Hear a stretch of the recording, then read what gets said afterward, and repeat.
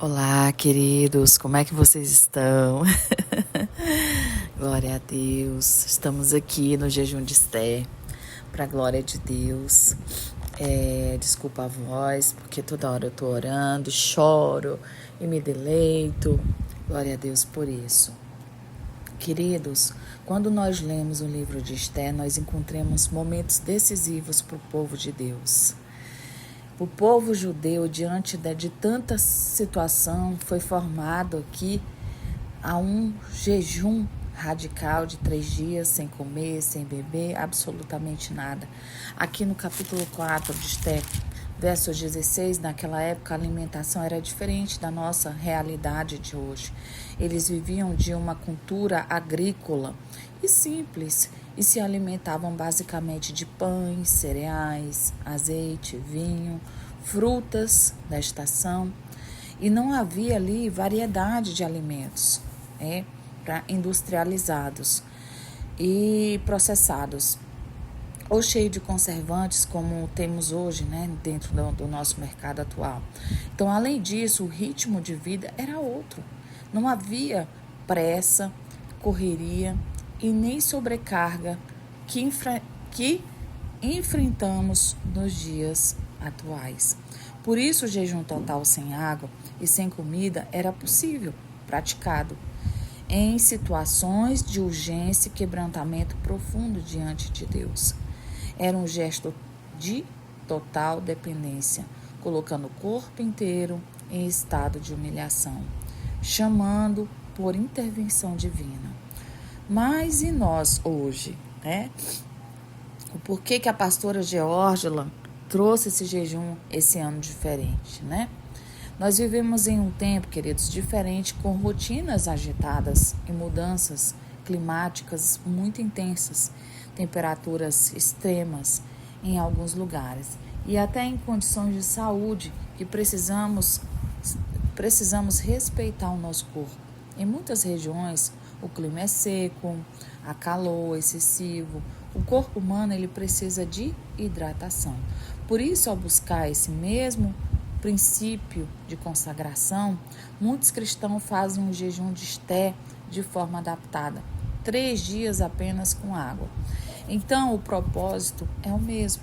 Nós vamos nos consagrar, estamos em consagração, melhor dizendo, reconhecendo a nossa dependência total a Ele, pelo lar, pela família, pela nação, crer na resposta.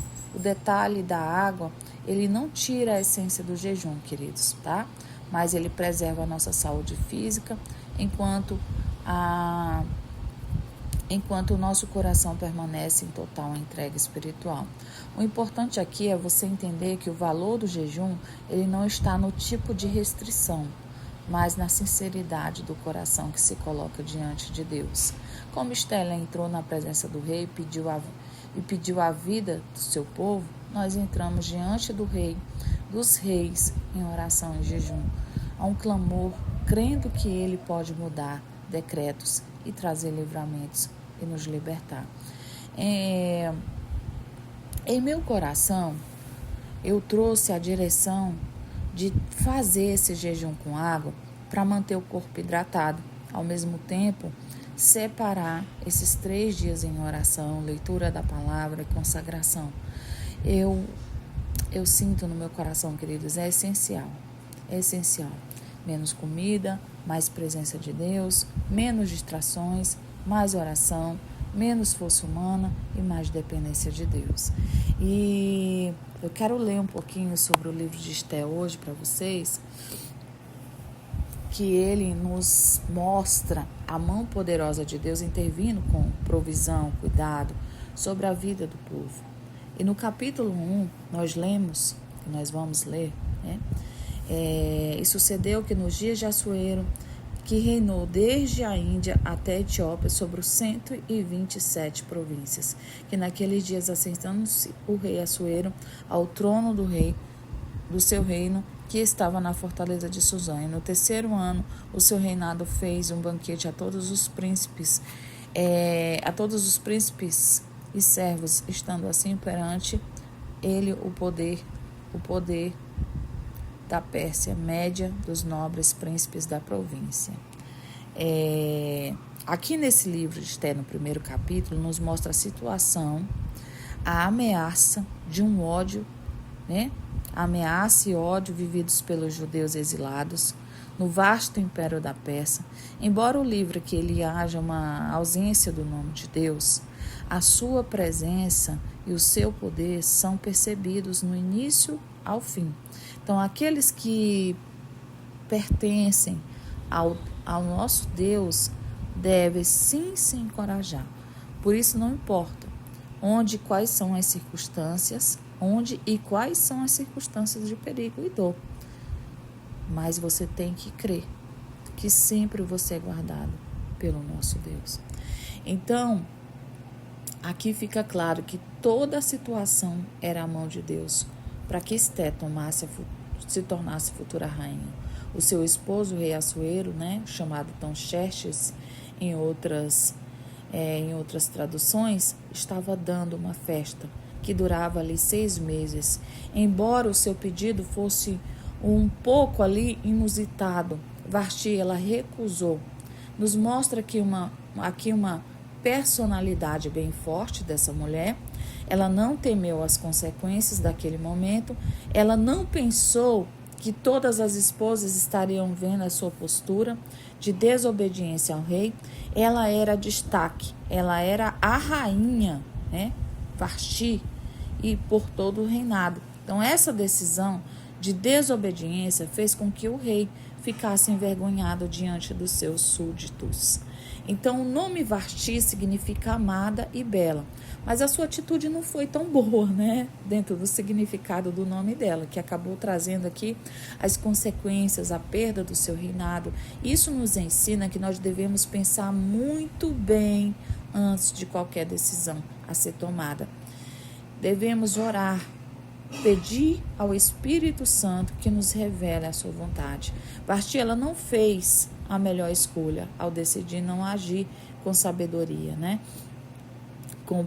Como preciosa do Pai, nós precisamos aqui, um conselho de pastora, terapeuta, nós precisamos fazer o que agrada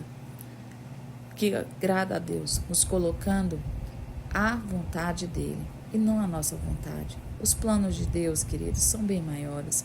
O reino de Deus é obediência e nos mantém na presença de Deus. Aqui nós vemos que do capítulo 1, do versículo 1, do 3 ao 4, esse rei ele fez um banquete. Antigamente eles costumavam oferecer banquetes aos outros reis nobres. Imagina a vergonha que esse rei passou, né?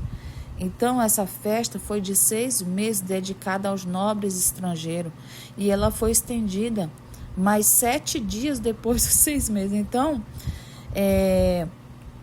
ali era para que os nobres, os oficiais, até os súditos mais simples pudessem participar. Ao luxo do palácio era visto na rica tapeçaria, no piso, nas pedras nobres, né? Em outras traduções, eu pesquisei muito antes de trazer isso para você. E trazendo aqui no verso 1 ao 9, também a rainha Vasti deu um banquete às mulheres na casa real do rei Assuero.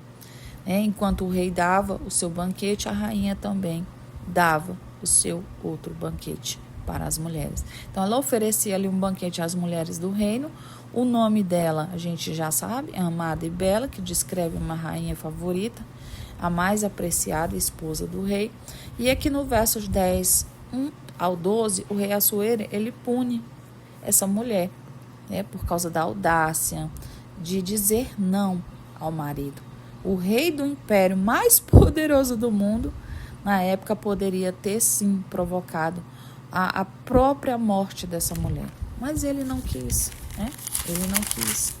E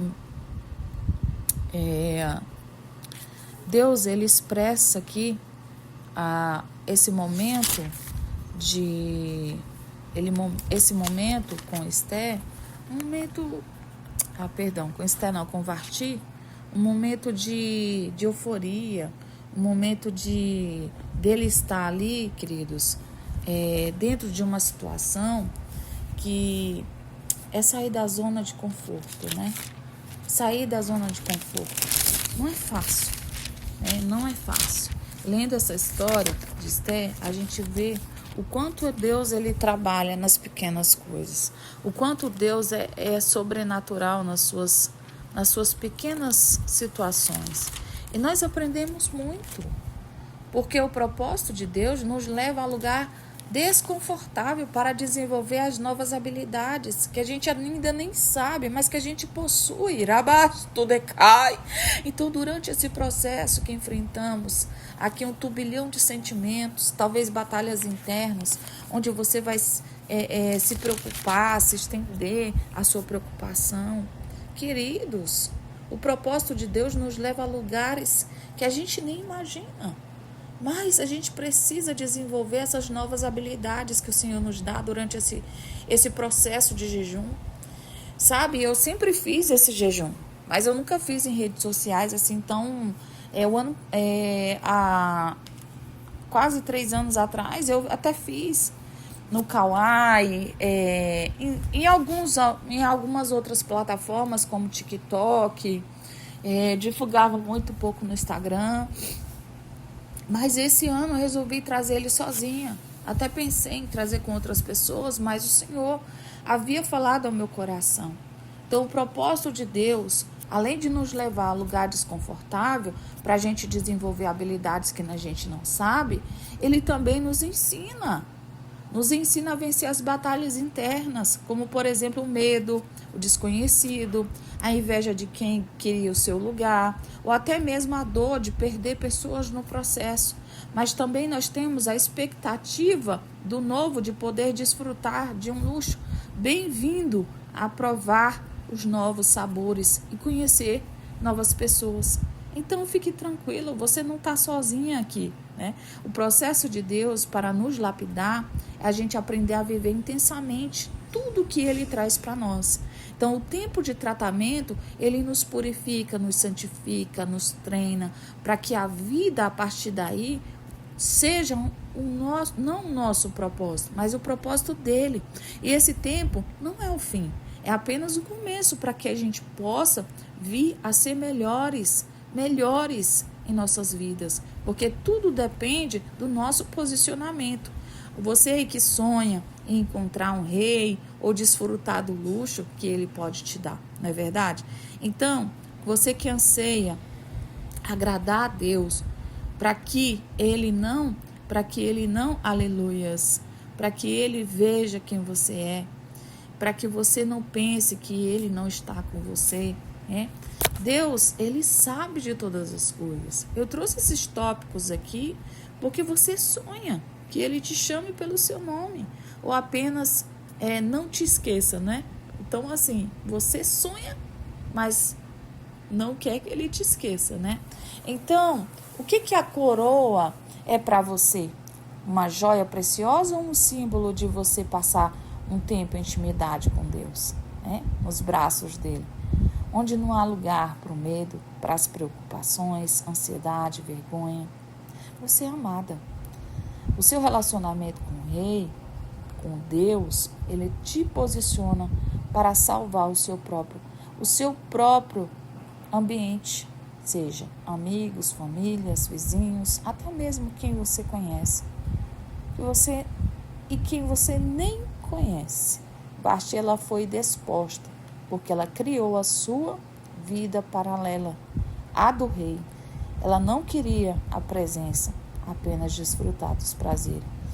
Então, tudo isso nos posiciona a gente entender como é precioso entrar na presença do nosso rei. Como é precioso a gente entender que quando Deus ele nos chama, Deus ele é fiel. Deus ele é fiel. Ele não erra, né? Aqui trazendo aqui para vocês um novo tempo.